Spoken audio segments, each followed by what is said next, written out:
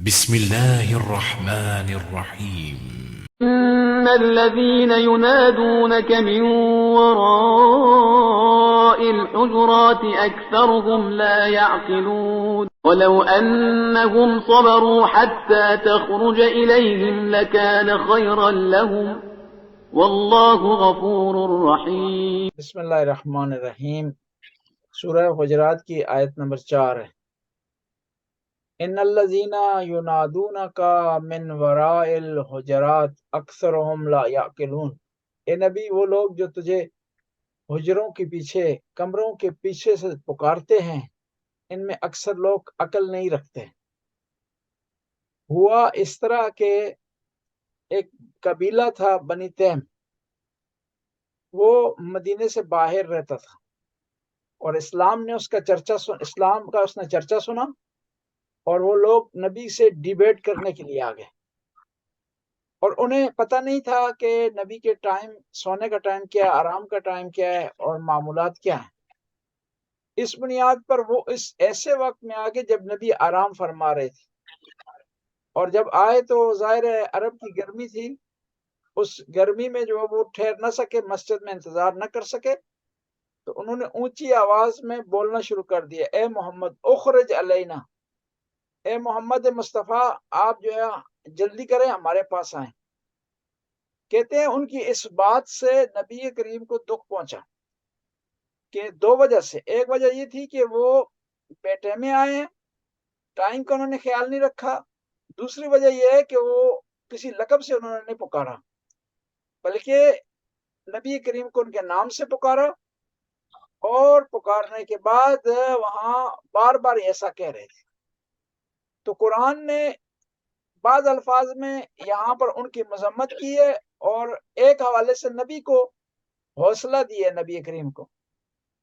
یہاں 3 نقطے بیان کیے جا رہے ہیں۔ پہلا نقطہ یہ ہے کہ انسان کو چاہیے کہ دوسرے کسی سے ملاقات کرنی ہے تو اس کے معمولات کو دیکھ لے، اس کی مشکلات کو دیکھے، اس سے اجازت مانگے، پھر اس سے ملاقات کرنے کے لیے جائے۔ اور اگر کوئی ایک آدمی کسی وجہ سے ایک دفعہ اس نے فون نہیں اٹھایا، تو زیادہ سے 2 دفعہ سے فون کریں، اس کے بعد اسی ایٹ اے ٹائم پر، سیم ٹائم پر اصرار نہ کریں۔ ممکن ہے وہ کسی مصروف جگہ پر ہو، یا فون اٹھا نہ سکتا ہو، یا آپ کی بات کا جواب نہ دے سکتا ہو، لہذا آپ نے ادب کو ملحوظ خاطر رکھنا ہے۔ یہ جو عرب کے لوگ تھے، ان میں جو مدینہ کے رہنے والے تھے، مکہ کے رہنے والے تھے، وہ قدر تہذیب سے واقف تھے، اتار چڑھاؤ سے واقف تھے، انہیں پتا تھا کہ معاشرے میں کس طرح رہنا ہے، کس طرح لین دین کرنا ہے۔ لیکن کچھ لوگ ایسے تھے جو مدینے اور مکہ سے باہر تھے، ان کا کبھی بھی واسطہ نہیں پڑا تھا تہذیب سے، میلاب سے، لین دین سے، اور معاملات سے۔ اس لیے وہ اپنے حساب و کتاب کے مطابق مدینے میں آ کر اپنا ہی رویہ اختیار کرتے تھے۔ اور یہاں پر نبی کریم کو خدا حوصلہ دے رہا ہے کہ یہ جو ایسا کر رہے ہیں جان بوجھ کے نہیں کر رہے، یہ تہذیب نہ ہونے کی وجہ سے کر رہے ہیں۔ یہ ایسا نہیں ہے کہ کوئی ان کے ذہن میں کوئی پلان ہو اور پلان بنا کر آئے ہوں کہ آپ کی توہین کریں، بلکہ یہ نہ جاننے کی وجہ سے آپ ایسا کر رہے ہیں، لہذا آپ ان کی چیزوں کو مائنڈ نہ کریں۔ یہاں پر اگلی آیت میں جو ہے وہ بڑا پیارا نقطہ بیان کیا جا رہا ہے، الذین ینادونک من وراء الحجرات اکثرهم لا یعقلون ولو انہم صبروا حتی تخرج الیہم لکان خیر لہم واللہ غفور رحیم، کہ اگر وہ لوگ صبر کریں اور آپ اپنے معمول کے مطابق گھر سے باہر نکلیں تو یہ ان کے لیے بہتر ہے، واللہ غفور الرحیم، کہ اللہ معاف کرنے والا اور رحمت والا ہے۔ یعنی اس سے پہلے اگر انہوں نے ایسا کیا ہے تو اللہ ان کو معاف کر دے گا، بخش دے گا۔ اگر نہ جانے سے کیا تو معاف کر دے گا، لیکن اگر جان بوجھ کر آپ کی توہین کی تو خدا ان کو سزا دے گا۔ یہاں پر ایک جو ہے وہ بڑی پیاری بحث ہے کہ ایک آدمی نے آپ کو ٹائم دیا ہے کہ وہ آپ کے گھر کے باہر آپ کو 5 بجے ملے گا۔ اب اگر 10 منٹ پہلے آپ آ گئے ہیں تو ضروری نہیں ہے کہ آپ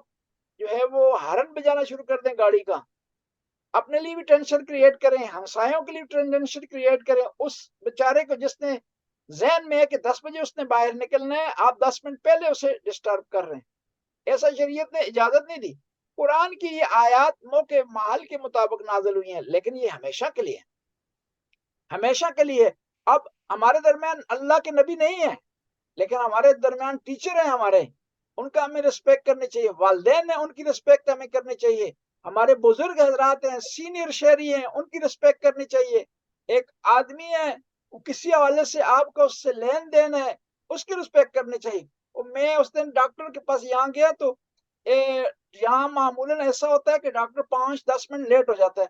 ظاہر ہے اس نے ایک مریض کو اٹینڈ کرنا ہے تو ٹائم فکس نہیں ہوتا کہ مریض کے ساتھ کتنی اس نے بات کرنی ہے، کیا چیزیں چیک کرنی ہے،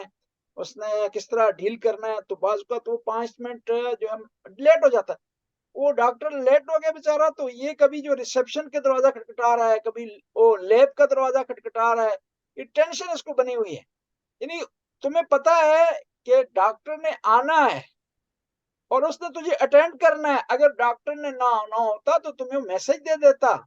تمہیں وہ بتا دیتا، ریسیپشن والے تمہیں بتا دیتے۔ اب ڈاکٹر نے تو پتہ آنا، اور تمہاری آج کی روٹین نہیں ہے،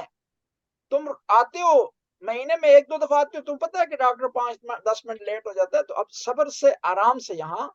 بیٹھ جاؤ۔ یعنی انسان کو ہمیشہ دو طرفہ سوچ رکھنی چاہیے، اپنے آپ کے متعلق بھی سوچنا چاہیے، دوسروں سے متعلق بھی سوچنا چاہیے۔ اور بعض اوقات بغیر کسی کی مشکل کو دیکھے ہوئے ہم چاہتے ہیں کہ ہمارا مسئلہ حل ہو، کسی کا مسئلہ حل ہو یا نہ ہو، یہ شریعت اس سے منع کرتی ہے کہ آپ نے اس معاشرے میں میل جول سے رہنا ہے، دوسروں کی مشکلات کو اپنی مشکلات کی طرح سمجھنا ہے، دوسرے کے مسائل کو اپنے مسائل کی طرح سمجھنا ہے، اور پھر مسائل کو حل کرنے کی کوشش کرنی ہے۔ اگر ایسا نہیں کریں گے اس معاشرے میں نہیں رہیں گے۔ ایک آدمی جنگل میں اکیلا جھونپڑی میں رہ رہا ہے تو اس کو ممکن ہے مشکلات نہ ہو اس قسم کی، کیوں اکیلا رہ رہا ہے، اس کے ارد گرد زیادہ سے زیادہ حیوانات ہوں گے، جنگلی جانور ہوں گے، ان سے تو اس کا لین دین نہیں ہے، ان سے اس کی اپوائنٹمنٹ نہیں ہے، ان سے اس کا رابطہ نہیں ہے، تو وہ آدمی وہاں جو کرنا چاہے کر سکتا ہے۔ لیکن ایک آدمی شہر میں ایک سوسائٹی میں رہ رہا ہے تو اس نے سوسائٹی کا خیال رکھنا ہے۔ انسان کی زندگی دو طرح کی ہے، ایک انڈیویجل زندگی ہے جو اس کے ذاتی معاملات ہیں، مثلا دین کا معاملہ اس کا ذاتی معاملہ، اس کی اپنی نیت پر ڈیپینڈ کرتا ہے۔ وہ کچھ دن پہلے ایک خاتون نے مجھے فون کیا کہ میں اہل سنت ہوں، کیا شیعہ گروپ کے ساتھ میں جا سکتی ہوں عمرے پر؟ میں نے کہا جا سکتی، کہہ رہی تھی کہ بعض لوگ کہتے نہیں جا سکتے، میں نے کہا نیت آپ نے اپنی کرنی ہے، شیعہ مولانا آپ کے ذہن میں نہیں جائے گا کہ وہ آپ کی طرف سے نیت کرو، عمرے کی احرام کی ساری چیزیں آپ نے خود کرنی ہے، یعنی دینی معاملہ آپ کا انڈیویجل معاملہ ہے۔ اور اس کے علاوہ آپ کا لباس، آپ کا رہن سہن، آپ نے کیا کھانا ہے کیا نہیں کھانا، کون سی چیز آپ پسند کرتے ہیں، اس کا دوسروں سے تعلق نہیں ہے، اور نہ ہی آپ کی پسند اور ناپسند دوسروں کو ڈسٹرب کرتی ہے۔ لیکن بعض چیزیں ایسی ہیں، بعض اوقات آپ کی پسند معاشرے کو بگاڑ دیتی ہے، اس میں آپ نے کیا کرنا ہے، اپنی پسند سے پیچھے ہٹنا ہے اور معاشرے کا خیال رکھنا ہے۔ آپ کی پسند یہ ہے کہ آپ روڈ پر کھڑے رہیں، 2 گاڑیاں آمنے سامنے کھڑی کر دیں، روڈ کو بلاک کریں، گپ لگانا شروع کر دیں، دو ڈرائیور آپس میں، لیکن یہ آپ کی پسند ہے، لیکن اس سے روڈ بلاک ہو رہا ہے، اس میں آپ کے لیے جائز نہیں ہے ایسا کرنا۔ اسی طرح بہت سارے ایسے معاملات ہیں کہ جو آپ کی پسند باعث بنتی ہے کہ معاشرے میں بگاڑ ہو، تو وہاں شریعت بھی، عقل بھی، قانون اجازت نہیں دیتا کہ آپ اپنی من مانی کریں، وہاں اپنے معاشرے کے مطابق چلنا ہے، اور معاشرے کے اصولوں کے مطابق چلیں گے تو آپ کے لیے بھی آسانی رہے گی، معاشرے کے لیے بھی آسانی رہے گی۔ اور اسلام نے معاشرتی آداب کو بہت زیادہ جو ہے اہمیت دی ہے، بلکہ یہ سورہ حجرات کا نام ہی بعض لوگوں نے ایسی کہا سورہ آداب کے نام سے مشہور ہے۔ ان صورتوں کے مختلف نام ہیں نا، مثلا سورہ فاتحہ کے 7-8 نام ذکر ہوئے ہیں، فاتحہ ہے، شفا ہے،